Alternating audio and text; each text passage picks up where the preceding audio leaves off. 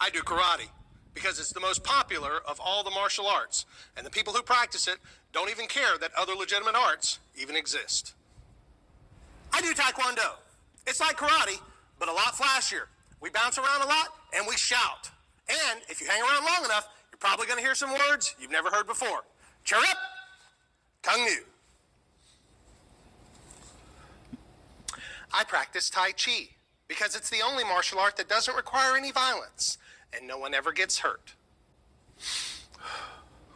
Superior theology requires a superior martial art, so I practice Brazilian Jiu-Jitsu. Getting a blue belt in BJJ is better than getting a black belt in anything else. I like things that are alone. Grace alone, faith alone, scripture alone. So I do boxing, because boxing just uses my hands. Sola fistus. Come at me, and you're going to catch these hands alone. I practice Krav Maga, a fighting system that comes out of Israel. And you know we support anything that's connected to Israel. I like professional wrestling. I know it's not a martial art, but I like anything where the outcome is determined from the very beginning. I like Kung Fu because I believe it's the original martial art, and everything else just split off from it. I practice Sistema. Not too many people in West know much about Sistema. It is mysterious. The techniques are confusing and sometimes enigmatic, but that is the way we like it. I like MMA because it blends everything together. It's really popular with young people, and it doesn't have a lot of traditions. It's not a style, but it's all about style, just like me. If you love Jesus, you're going to do MMA. Yet another reason why I could never be Christian, or any religion for that matter, any of them. Because at the end of the day, they all fail one huge test, and that is the test of univocality. None of them, from beginning to end of their teachings, are universal in their speech, in their meaning, in their message. They all have different takes on everything. It would have been great if he would have also did Mormons and had like 4 or 5 people come and gang up on you because, you know, with the polygamy and everything. That would have been perfect.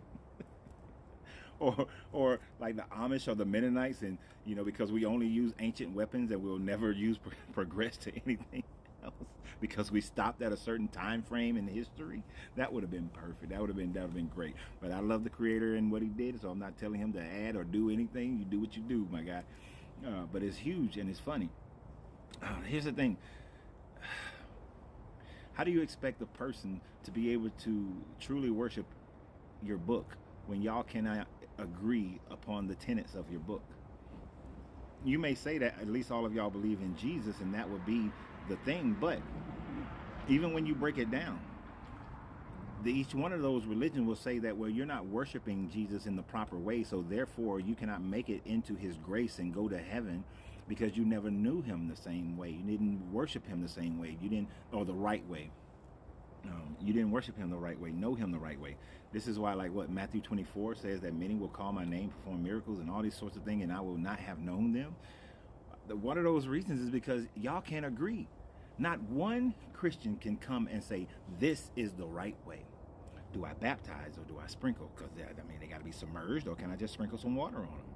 Does the body and the blood becomes the bread and the wine becomes the body and the blood once you consume it? Does that happen or does it not? Because y'all can't agree upon that.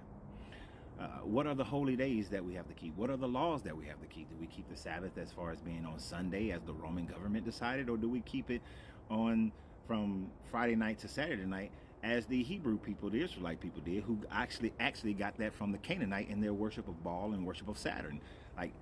And the Babylonians too, they got it from Babylon as well. But do we keep it that way? Which way do we keep it? And what is our true history? Is our true history the church fathers that the Catholics say are the true history makers? Or is it those who came much later and through the Reformation Acts? Who do you listen to? What do you listen to? Do we swing incense in and out, or do we not because that's magic? Or we do it because, you know, Esther, she fumigated her face with incense. Sheba or Candace, she brought incense, frankincense and myrrh to Solomon, and Jesus was given the gift of frankincense and myrrh by Magi, who are Zoroastrians. How do you even know which way of worship is the right way to worship so that your God won't say that I did not know you? And for those who are non-denominational or spiritual, you run into the same issue. You'll claim that you do not have religion because you don't have an affiliation, but you have certain ways of worship and certain ways of belief that you consistently and still do that are different from everybody else. And yet you believe that you're on the right track and everybody else is on the wrong track. Y'all can't get it together. If you wanted somebody to believe in your religion and follow your religion, get your shit together. Clean up your own house before you come to my house, because your house is filthy.